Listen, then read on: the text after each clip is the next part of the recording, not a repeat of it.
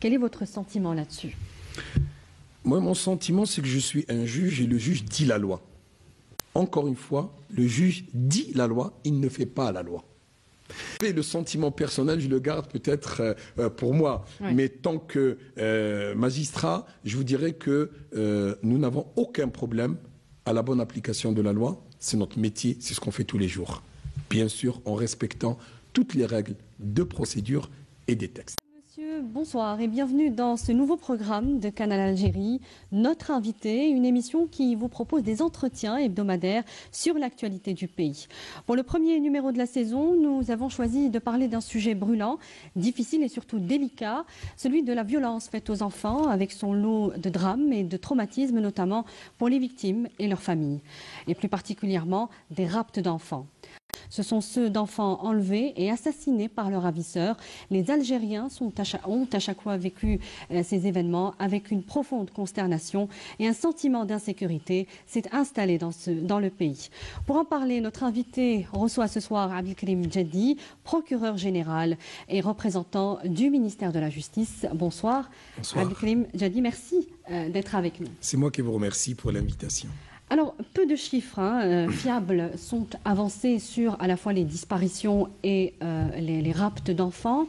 Y a-t-il, selon vous, une volonté de cacher les chiffres pour rassurer la population sur ce phénomène qui prend de l'ampleur dans notre pays? Merci.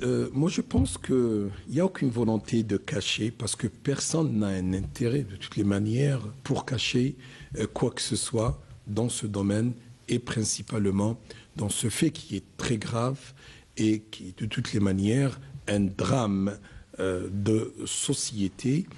Et c'est pour cette raison qu'il faut faire très attention aux chiffres parce qu'il faut vérifier la source d'abord. Et on sait pertinemment que ce soit les médias ou d'autres sources, de toutes les manières, parlent de beaucoup de chiffres qui ne sont pas vérifiés. Ce que je peux vous dire que d'abord il faut distinguer entre les disparitions qui peuvent atteindre une bonne centaine de cas par année. Oui. Et généralement, ça touche des enfants qui ont plus de 10 ans d'âge. Et c'est des cas de fugue, généralement, et les kidnappings. Les kidnappings, alors, on en est à combien? En tout cas, une moyenne par année? Vous savez, selon les statistiques qu'on a enregistrées, ces dernières 20 années, donc c'est pratiquement 2 décennies, nous avons une moyenne d'à peu près 2 kidnappings par année. Est-ce que tous les cas de disparition ont été élucidés aussi? Est-ce que les disparitions sont de véritables fugues, comme vous le dites? Alors, je peux vous dire que pour les disparitions, pratiquement à 100%, parce que ont été, bien sûr, élucidées ces affaires. Pourquoi? Généralement, on reçoit des déclarations des parents, des proches, comme quoi que généralement c'est les enfants. Je ne parle pas des adultes parce qu'il y a quelques cas de disparition d'adultes, mais généralement c'est des malades, des gens déséquilibrés, etc. Ça c'est un autre volet. Mais concernant les enfants, c'est les parents. Mais après 24 heures, 48 heures, l'enfant revient. Des fois même après 3-4 jours. Parce qu'il commence à contacter sa famille, mais pas forcément les parents, la sœur, le frère, la cousine, le cousin. Mais à chaque fois, la même machine s'enclenche pour retrouver les enfants à la fois disparus ou ceux que l'on craint ayant été kidnappés. Ce n'est pas le même dispositif. Ce n'est pas le même. D'abord, il faut qu'on commence à rassembler au niveau de l'enquête préliminaire, donc au niveau de la gendarmerie nationale et de la police nationale, les services de la police judiciaire qui travaillent sous l'autorité directe du procureur de la République territorialement compétent, commencent à rassembler les éléments, les premiers éléments d'enquête. Et avec le temps, on avance, avec les techniques d'enquête, on peut s'orienter vers la disparition ou un kidnapping. Non, parce qu'il y a des moments où il faut faire très attention parce qu'on peut créer pratiquement un climat de terreur, de peur chez les citoyens. Oui. Et on l'a vu à cette rentrée scolaire, des centaines et des centaines de parents qui attendent leurs enfants à la sortie des écoles. Et c'est malheureux et c'est pas justifié. C'est pas justifié pour la simple raison que ce phénomène n'est pas aussi réputé comme on le sait de le présenter. C'est vrai que maintenant, par rapport à avant, on ne parlait pas. Soit c'était un sujet tabou chez certains, chez d'autres, on n'avait pas les mêmes moyens de communication. Maintenant, avec les TIC, avec les réseaux sociaux, alors l'information est relayée rapidement, dans un temps record, et comment qu'elle est traitée. Parce que à chaque fois, on rajoute, on peut mettre des choses sur la toile qui n'est pas vérifiée, on connaît, qui sont pas vérifiées. Évidemment, de la responsabilité des journalistes en question et des médias. Pas forcément les journalistes et les médias. Moi, c'est la responsabilité de tout le monde, parce que peut-être qu'on va avancer pour dire que dans ce sujet, il y a la société civile qui a un rôle, il y a les services de sécurité, bien sûr, sous l'autorité de la justice, donc il y a le parquet général. Il y a aussi d'autres partenaires. Bien sûr, il y a les médias, en premier lieu, et nous avons l'éducation, nous avons les parents, enfin beaucoup de paramètres qui peuvent aider à comprendre le phénomène et à traiter surtout l'information d'une manière professionnelle. Alors, selon la DGSN, la majorité des cas d'enlèvement d'enfants en Algérie est motivée par la vengeance et les règlements de compte. Il y a aussi pire, les rituels de sorcellerie. C'est un peu incroyable de le dire comme ça, mais c'est une réalité aussi dans notre pays. Et ce sont souvent des personnes proches du milieu des enfants enlevés. Comment peut-on protéger les enfants de leurs proches? C'est la complexité de ce sujet. Je confirme que les causes à l'origine de kidnapping, généralement, en premier lieu, c'est l'agression sexuelle, qui peut être suivie même d'assassinat, dans certains cas, malheureusement. Il y a soit le chantage, soit les règlements de compte entre des gens qui se connaissent. Donc la pédophilie reste la première cause, c'est ce que vous dites? Généralement, et pas qu'en Algérie. Ça, c'est un phénomène, de toute manière, pour parler de international. Pour parler de l'Algérie, je peux vous dire que, d'abord, l'agression sexuelle. En deuxième lieu, c'est le chantage ou les règlements de compte.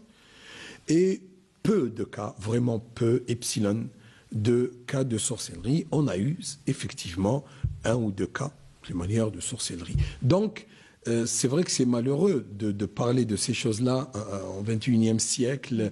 L'action du gouvernement à travers ce dispositif, elle tourne autour de 3 axes, la sensibilisation, la prévention et le traitement judiciaire.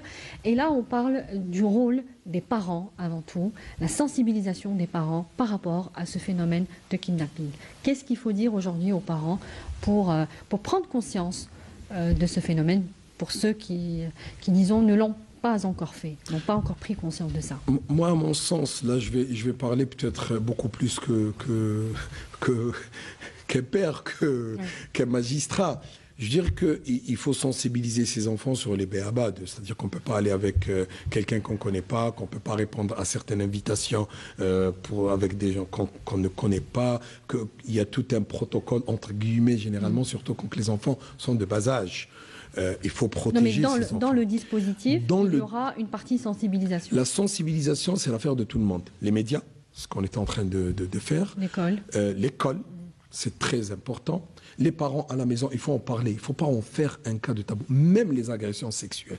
Il faut expliquer aux enfants. Bien sûr, avec les outils pédagogiques et le style qu'il faut pour un enfant, mais il faut expliquer les choses. Il faut dépasser tout ce qu'on imaginait tabou à un moment donné. Ça, c'est des sujets d'actualité. Nous sommes dans l'ère pratiquement de TIC et je peux vous assurer que l'enfant maintenant peut devancer ses parents. Donc autant prendre pratiquement le taureau par les cornes et être devant de la scène et expliquer à ses enfants et accompagner ces enfants dans l'idée, dans le raisonnement, dans la structure mentale pour les orienter justement et les sensibiliser. Je pense que c'est comme ça qu'on peut avoir un enfant fort, bien constitué, parce que c'est le futur de l'Algérie. Et qui a conscience aussi des réalités surtout de son environnement. Tout à fait. On a renforcé et c'est lourdement sanctionné. Donc c'est la perpétuité. La peine capitale. La perpétuité, si on demande une rançon.